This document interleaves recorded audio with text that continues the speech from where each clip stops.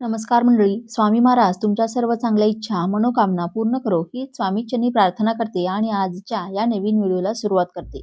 महाशिवरात्री हा भगवान शिवाची आराधना करण्याचा सर्वोच्च दिवस. पण 15 फेब्रुवारीचा हा दिवस विशेष आहे. कारण या दिवशी सर्वार्थ सिद्धी आणि अमृत सिद्धी हे दोन अत्यंत शुभ योग एकत्र येत आहेत. ज्योतिषशास्त्रात हे योग कोणतेही कार्य सिद्ध करण्यासाठी आणि मनोकामना पूर्तीसाठी सर्वोत्तम मानले जातात. इतर वेळी महादेव ध्यानमग्न असतात, परंतु महाशिवरात्रीच्या या पवित्र मुहूर्तावर ते आपल्या भक्तांसाठी ध्यान अवस्थेतून बाहेर येतात. या दिवशी शिव अत्यंत जागृत अवस्थेत असतात. त्यामुळे भक्तांनी केलेली थोडीशी सेवा आणि आर्तसाद थेट महादेवांपर्यंत पोहोचते. या दिवशी भगवान शिवांचा विवाह देवी पार्वतीशी झाला होता. महाशिवरात्रीच्या दिवशी भगवान शिव व त्यांची पत्नी पार्वतीची पूजा केली जाते. महाशिवरात्रीचा हा पवित्र सण संपूर्ण भारतामध्ये मोठ्या उत्साहाने साजरा केला जातो. यंदा पंचांगानुसार 15 फेब्रुवारी 2026 वार रविवार या दिवशी महाशिवरात्री साजरी केली जाणार आहे. यंदाची महाशिवरात्री केवळ धार्मिक सण म्हणून नाही, तर सर्वार्थ सिद्धी आणि अमृत सिद्धी यासारख्या दुर्मिळ योगांच्या संयोगामुळे आध्यात्मिक दृष्टीने अत्यंत शक्तिशाली ठरणार आहे. या शुभ संयोगाची संधी साधून आपल्याला या झाडांना स्पर्श करायचा आहे. या झाडांना तुम्ही स्पर्श केल्यामुळे तुमच्या आयुष्यामध्ये ज्या काही अडचणी असतील, अडथळे असतील, दुःख, दारिद्र्य संपूर्णपणे नष्ट होईल. असा हा उपाय महाशिवरात्रीच्या दिवशी कधी करायचा आहे, त्या झाडांना तुम्हाला कोणत्या वेळेत स्पर्श करायचा आहे, याबद्दलची सर्व माहिती आपण आजच्या या व्हिडिओमध्ये पाहणार आहोत. त्यामुळे तुम्ही हा व्हिडिओ शेवटपर्यंत नक्की पहा आणि चॅनेलवरती नवीन असाल तर सबस्क्राईब करा आणि व्हिडिओला एक लाईक करून देवादिदेव महादेवांचा कृपा आशीर्वाद तुमच्यावर आणि तुमच्या कुटुंबावर सदैव राहावा असे वाटत असेल तर हर हर महादेव किंवा ओम नमः शिवाय असे कमेंटमध्ये नक्की लिहा. तसेच बाजूच्या बेल आयकॉनलाही प्रेस करा, म्हणजे जेव्हा कधी मी व्हिडिओ अपलोड करेन तेव्हा त्याचे नोटिफिकेशन सर्वात आधी तुमच्यापर्यंत पोहोचेल आणि तुम्ही एक पण व्हिडिओ मिस करणार नाही. महाशिवरात्रीचा हा सण दोन महत्त्वाच्या कारणांमुळे खास आहे. या तिथीला महादेवाने देवी पार्वतीसोबत विवाह केला होता. दुसऱ्या मान्यतेनुसार महाशिवरात्रीच्या दिवशी भगवान शिव या दिवशी प्रथमच प्रकट झाले होते. शिव हे ज्योतिर्लिंगाच्या रूपामध्ये प्रकट झाले होते. शिवरात्रीच्या दिवशी 64 वेगवेगळ्या ठिकाणांचे शिवलिंगाचे दर्शन झाले. या दिवशी महादेवांची पूजा केल्याने सर्व संकटे दूर होतात अशी देखील श्रद्धा आहे. भोलेनाथ हे नावाप्रमाणे साधे भोळे आहेत. साधे जल अर्पण केले तरी सुद्धा प्रसन्न होतात. असे असले तरी देखील महाशिवरात्रीला महादेवांची विशेष पूजा केली जाते. महाशिवरात्रीला विधिवत पूजा केली तर अनेक पटीने फळ देते.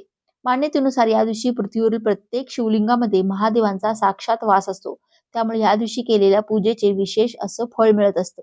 त्यामुळे महाशिवरात्रीच्या दिवशी सकाळी लवकर उठून स्वच्छ स्नान करून स्वच्छ पांढरे वस्त्र परिधान करून प्रथम सूर्यनारायणाला जल अर्पण करावे. महादेवांसमोर व्रताचा संकल्प करावा. या दिवशी तुम्हाला शक्य असल्यास निर्जला व्रत करा किंवा तुम्ही फलाहार घेऊन सुद्धा व्रत करू शकता. अगदी ज्यांना व्रत करणं शक्य नाही त्यांनी ओम नमः शिवाय या मंत्राचा जप केला तरी सुद्धा चालेल. तरी देखील या व्रताचं संपूर्ण फळ तुम्हाला मिळू शकतं. महादेवांची पूजा करताना सर्वप्रथम महादेवांना पंचामृताने स्नान घाला. तसेच चंदनाचा टिळक लावत बेलपत्र आणि धोत्राचं फळ, फूल अर्पण करा. बेलाची पाने अर्पण करा, पांढरी फुले अर्पण करा. तसेच जर तुम्हाला गोकर्णाचे निळे फूल भेटले तर ते सुद्धा महादेवाच्या शिवपिंडीवरती अवश्य अर्पण करा. त्यानंतर सर्वात शेवटी आरती करत असताना आपण देवांना मिठाईचा नैवेद्य दाखवू शकतो किंवा तुम्ही दही भाताचा नैवेद्य अवश्य दाखवा, कारण दही भात महादेवांना अत्यंत प्रिय आहे. त्यानंतर पूजा झाल्यानंतर, सेवा झाल्यानंतर महादेवांची महाशिवरात्रीला तुम्हाला अशा काही झाडांना स्पर्श करायचा आहे जेणेकरून तुमच्या जीवनातील सर्व संकट, अडचणी, दुःख, नकारात्मकता दूर होऊन तुमच्या घरात सुख समृद्धी, शांती नांदेल आणि धनसंपत्ती, ऐश्वर्य लाभेल. धार्मिक श्रद्धेच्या आधारे अशी काही झाडं आहेत ज्यांची पूजा करण्यासाठी अत्यंत महत्त्व मानलं जातं. असं म्हणतात की या 5 झाडांची पूजा केली तर श्रीमंती व समृद्ध आयुष्य आपण जगू शकतो. रोजच्या या धावपळीच्या जगामध्ये आपल्याला रोजच्या या झाडांचे पूजन करणं शक्य होत नाही, परंतु अशा विशिष्ट तिथीवरती आपण या झाडांची पूजा, सेवा, उपासना केल्यामुळे आपल्याला त्याचं फळ हे असतं तर ते मिळत असतं. आपल्या घरामध्ये असलेलं दुःख, दारिद्र्य संपूर्णपणे नष्ट होत असतं. महाशिवरात्रीच्या दिवशी ज्या पहिल्या झाडाला तुम्हाला स्पर्श करायचा आहे ते म्हणजे धोत्र्याचं झाड. या धोत्र्याच्या झाडाचं फळ किंवा फूल तुम्हाला महादेवांना अर्पण करायचं आहे. महादेवांना धोत्र्याचं फळ असेल, फूल असेल, बेलाची पान असेल, भांग असेल अर्पण केलं जातं. असे केल्याने महादेव लवकर प्रसन्न होतात आणि संपूर्ण पूजेमध्ये धोत्र्याचं फळ किंवा फूल असणं अनिवार्य असतं. हे धोत्र्याचं फळ किंवा फूल तुम्हाला तुमच्या देवघरातील शिवलिंगावरती अर्पण करू शकता किंवा जर तुम्हाला महाशिवरात्रीच्या दिवशी जवळच असलेल्या महादेवाच्या मंदिरामध्ये जाणं शक्य झालं तर ते तिथे जाऊन सुद्धा हे फळ अर्पण करू शकता. धोत्र्याचं फूल महादेवांना अर्पण करू शकता. महादेवांच्या पूजेमध्ये धोत्र्याच्या फुलाला अत्यंत महत्त्व आहे. हे धोत्र्याचं फूल महादेवांना अर्पण केल्यामुळे तुमची रखडलेली कामे देखील पूर्ण होतात. धोत्र्याचं फूल महादेवांना अर्पण करण्यामागे एक पौराणिक कथा देखील आहे. जसं म्हटलं जातं की समुद्र मंथनाच्या वेळेस काही वस्तू बाहेर आल्या होत्या. त्यावेळेस देव आणि दानवांमध्ये वाद निर्माण झाले होते. काही गोष्टी देवाने वाटून घेतल्या, काही गोष्टी दानवाने वाटून घेतल्या. पण ज्यावेळी समुद्र मंथनातून हलाहल नावाचं विष बाहेर पडलं, त्यावेळेस मात्र देव आणि दैत्य दोघांपैकी कोणीच घ्यायला तयार नव्हतं. विष प्राशन करण्यासाठी तयार नव्हतं. त्यावेळेस देव आणि दैत्य हे विष घेऊन महादेवाजवळ गेले. महादेवाने संपूर्ण सृष्टीचं रक्षण करण्यासाठी या विषाचं प्राशन केलं आणि आपल्या घशामध्ये ते विष सामावून ठेवलं. अतिशय विषारी असलेलं हे विष प्राशन केल्यामुळे महादेवांना त्याचा त्रास होऊ लागला आणि ते बेशुद्ध पडले. त्यांना शुद्धीत आणण्यासाठी देव आणि दैत्यांनी अनेक प्रयत्न केले. त्यानंतर त्यांच्या माथ्यावरती ज्यावेळेस भांग आणि धोत्र्याचं फूल अर्पण केलं गेलं, त्यावेळेस महादेवांना शुद्ध आली. तेव्हापासून महादेवांच्या पिंडीवरती भांग किंवा धोत्र्याचं फूल हे अर्पण केलं जातं. याशिवाय धोत्र्याचं फूल महादेवांना अर्पण करण्यामागे अजून एक पौराणिक मान्यता आहे. बघा, ही अशी मान्यता आहे की महादेव जे आहेत तर ते कैलास पर्वतावरती ध्यान तपश्चर्या करत असतात आणि कैलास पर्वतावरती असलेली थंडी, त्या थंडीमध्ये त्यांना थोडासा उबदारपणा लाभावा यासाठी त्यांना भांग आणि धोत्र्याचं फूल जे आहे तर ते अर्पण केलं जातं. त्यामुळे त्यांना तिथल्या थंडीमध्ये थोडासा उबदारपणा मिळतो. म्हणूनच याचं महत्व आणखीनच वाढलेलं आहे. महाशिवरात्रीच्या दिवशी या धोत्र्याच्या फुलाचा, फळांचा झाडाला आपण स्पर्श करून मनोमन आपली इच्छा व्यक्त करायची आहे. ही इच्छा व्यक्त करत असताना महादेवांना ती इच्छा पूर्ण करण्यासाठी प्रार्थना करायची आहे.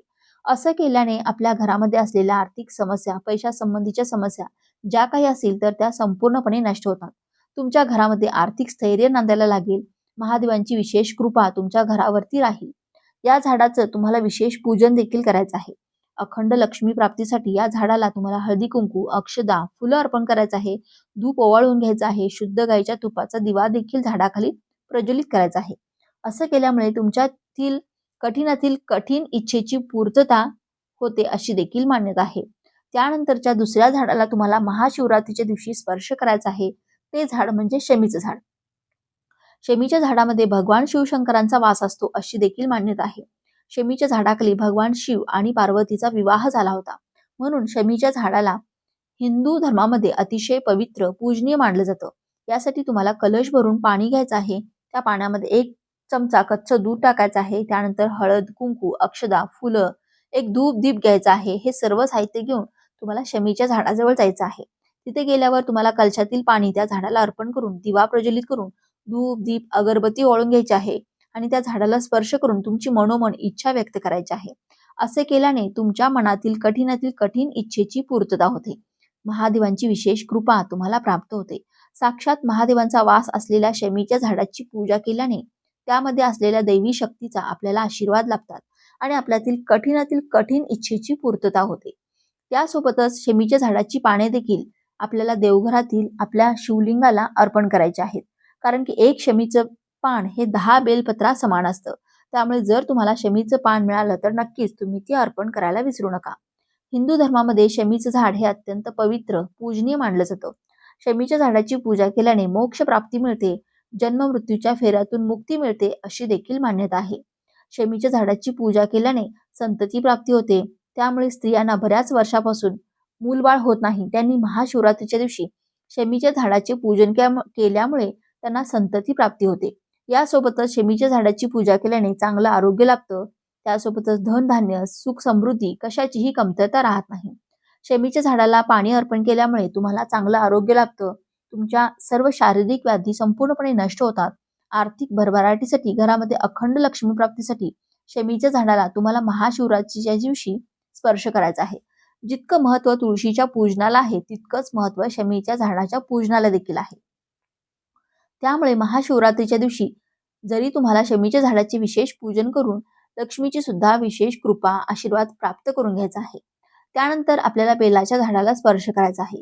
महाशिवरात्रीच्या दिवशी बेलपत्राची किती महत्व आहे हे सर्वांनाच माहिती आहे. हिंदू धर्मामध्ये बेलाचं झाड हे दैवी झाड मानलं जातं. विशेषतः भगवान शिवशंकरांना बेलाचं झाड हे अतिशय प्रिय आहे. बेलाचं पान म्हणजे त्रिफळा पान, ज्यामध्ये भगवान शिव, ब्रह्मा आणि विष्णू यांचा वास असतो अशी देखील मान्यता आहे. बेल पान जे आहे तर ते ब्रह्मा, विष्णू, महेश यांच्या 3 डोळ्यांचे सूचित करतात. हे 3 डोळे म्हणजे बुद्धी, ज्ञान आणि निर्णय क्षमता अशी मान्यता आहे. शिव महापुराणामध्ये बेलाच्या झाडाचं पूजेचं विशेष महत्व सांगितलं जातं. बेलाच्या झाडाचं पूजन फक्त मानवच नाही तर देवी देवता देखील करतात. इतकं महत्त्व बेलाच्या झाडाला आहे. पुराणानुसार जो कोणी भक्तिभावाने बेलपत्र महादेवांना अर्पण करतो त्यांचे सर्व संकटे, दुःख महादेव दूर करतात. बेलाचं पान हे महादेवांची ऊर्जा आपल्याकडे आकर्षित करत असतं. त्यामुळे तुम्हाला नोकरी व्यवसायासाठी काही समस्या असतील, म्हणजे नोकरी प्राप्तीसाठी तुम्ही प्रयत्न करत असाल, तर बेलाच्या झाडाची पूजा केल्याने तुम्हाला नोकरी प्राप्तीचे योग जुळून येत असतात.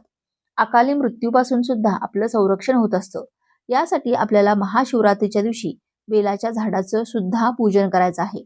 महाशिवरात्रीच्या दिवशी बेलाच्या झाडाचे पूजन करत असताना थोड्याशा अक्षता घ्यायच्या आहेत. अखंड अक्षता तुम्हाला घ्यायच्या आहेत. बेलाच्या झाडाला अर्पण करायचे आहे. त्यानंतर शुद्ध गाईच्या तुपाचा दिवा एक प्रज्वलित करायचा आहे. त्या दिव्यामध्ये कापसाची जोडवात असावी.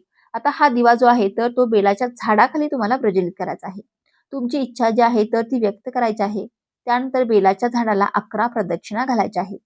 त्यानंतर जे पवित्र झाड आहे तर ते म्हणजे औदुंबराचं झाड, अर्थात उंबराचं झाड. त्या उंबराच्या झाडाचा आपल्याला महाशिवरात्रीच्या दिवशी विशेष पूजन करायचं आहे. औदुंबराचं झाड हे दत्तगुरूंना अतिशय प्रिय आहे. हिरण्यकश्यपच्या ज्या वेळेस नरसिंह अवतारामध्ये श्रीहरी विष्णूंनी वध केला, त्यावेळेस त्यांच्या नखांची आग जी आहे तर ती उंबराच्या झाडाच्या पानांच्या रसामुळे शांत झाली होती. म्हणूनच उंबराच्या झाडाचं जो कोणी पूजन करतो त्याला श्रीहरी विष्णू आणि देवी लक्ष्मीचे आशीर्वाद हे प्राप्त होत असतात. त्यांच्या घरामध्ये असलेले दुःख, दारिद्र्य संपूर्णपणे नष्ट होतं आणि घरामध्ये लक्ष्मी स्थिर राहते, सदैव नांदायला सुरुवात होते. या झाडाचा संबंध शुक्र ग्रहाशी आहे आणि जो कोणी नित्यनेमाने या झाडाचे पूजन करतो त्याच्या कुंडलीतील शुक्र ग्रह हा मजबूत होतो. शुक्र ग्रह म्हटलं की धनसंपत्तीशी त्याचा संबंध येतो आणि या झाडाचे नियमित पूजन केल्यामुळे तुमच्या घरामध्ये धनधान्याची कधीही कमतरता भासत नाही. जर तुमच्या घरामध्ये दारिद्र्य असेल, पैशाच्या समस्या राहत असतील, तर तुमच्या कुंडलीतील शुक्र ग्रह मजबूत करण्यासाठी नियमितपणे औदुंब झाडाचे पूजन करावे. त्यामुळे तुमच्या घरामध्ये असलेल्या सर्व आर्थिक समस्या संपूर्णपणे नष्ट होतात अशी देखील मान्यता आहे. त्यामुळे महाशिवरात्रीच्या दिवशी आपल्याला उंबराच्या झाडाचे विशेष पूजन करायचं आहे. उंबराच्या झाडाच्या सुकलेल्या काड्या देखील होम हवनामध्ये वापरल्या जातात. इतकं महत्त्व उंबराच्या झाडाला देखील आहे. ओम शम शुक्राय नमः या मंत्राचा जप करत एक एक उंबराची काडी जी आहे तर ती यज्ञ हवन कुंडामध्ये अर्पण केल्यामुळे आपल्या कुंडलीतील शुक्र ग्रह बलवान होतो. त्यामुळे आपल्या आयुष्यामध्ये असलेले दुःख, दारिद्र्य संपूर्णपणे नष्ट होऊन ऐश्वर्य प्राप्ती होते. त्यामुळे शक्य असल्यास महाशिवरात्रीच्या दिवशी तुम्हाला उंबराच्या झाडाला स्पर्श आवर्जून करायचा आहे. उंबराच्या झाडाला पाणी अर्पण करायचं आहे. तिथे एक शुद्ध गाईच्या तुपाचा दिवा प्रज्वलित करायचा आहे. 11 प्रदक्षिणा घालायच्या आहेत. प्रदक्षिणा घालत असताना दिगंबरा दिगंबरा श्रीपाद वल्लभ दिगंबरा या मंत्राचा जप करत तुम्हाला 11 प्रदक्षिणा घालायच्या आहेत. असे केल्याने दत्तगुरूंची विशेष कृपा आपल्यावरती होत असते. धनधान्याची कधीही कमतरता भासत नाही.